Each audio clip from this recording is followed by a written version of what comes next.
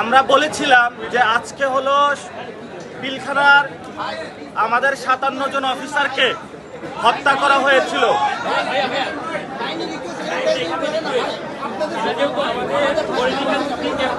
হ্যাঁ বলেছেন,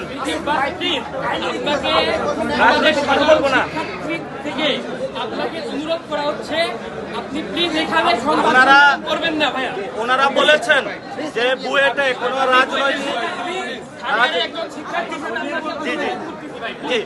ওনারা বলেছেন যে কোনো রাজনৈতিক কথা না বলার জন্য।